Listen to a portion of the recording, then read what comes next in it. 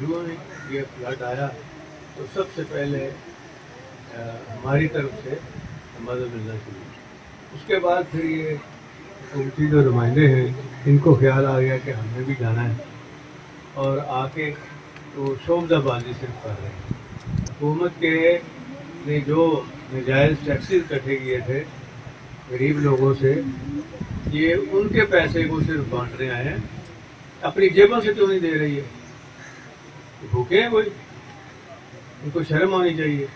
ہم جتنی امداد یہاں کر رہے ہیں، یہاں 4-5 دن یہ جو فلڈ آیا ہے کر رہے ہیں، ہم اپنی طرف سے کر رہے ہیں، اپنے گھر سے کر رہے ہیں،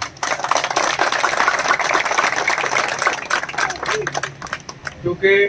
ہم یہ سمجھتے ہیں اس مشکل گھڑی میں ہمارا فرض بنتا ہے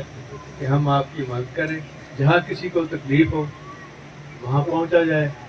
اور ان کے دکھ سکھ میں شامل ہوں، ان کی تکلیف میں شامل ہوں، تاکہ ان کو احساس ہو کہ ہم ان کو بھولے نہیں ہیں، ہم اس دکھ کی گھڑی میں ان کے ساتھ ہیں۔ اور وہ جو لوگ ہیں وہ اگر ان میں ذرا سی بھی شرم ہوتی تو 3 سال سے حکومت میں بیٹھے ہیں، پہلے تو اس کا حساب دے نا کہ فلڈ آیا کیوں ہے۔ یہ تو بارش کا پانی نہیں ہے، یہ ان کی اپنی نالائکیوں کا پیدا کردہ یہ پانی ہے جو آپ کے گھروں میں گیا ہے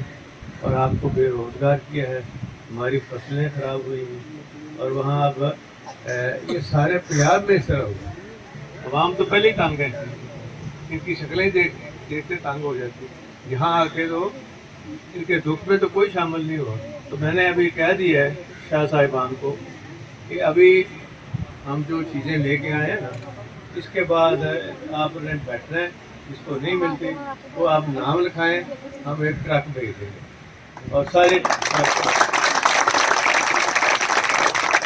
انشاءاللہ کوئی پیچھے نہیں رہ جائے گا جو تکلیف ہے، اور یہ سلسلہ ہم جاری رکھیں گے جب تک آپ تک یہ مالی امداد نہیں پہنچ جاتی۔ حکومتی نمائندے آگے تو پھر رہے ہیں نا،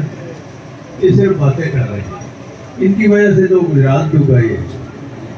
اور الحمدللہ ہم اپنے دور پہ ایسے ایسے کام لے کے آئیں گے جس سے اس ضلع کی، اس علاقے کی ترقی ہوئی ہے۔ تو ابھی شمشیر صاحب بتا رہے تھے کہ مودی صاحب نے 14 کروڑ دیا تھا یہاں کے ڈیولپمنٹ کا، تو وہ بھی برباد کر دیا ہے۔ انشاءاللہ دعا کریں اللہ تعالیٰ عمران صاحب اور ہمیں دوبارہ اقتدار میں لے کے آئے، تو پھر انشاءاللہ آپ کی جو کمیاں رہ گئی ہیں وہ ہم انشاءاللہ پوری کریں گے۔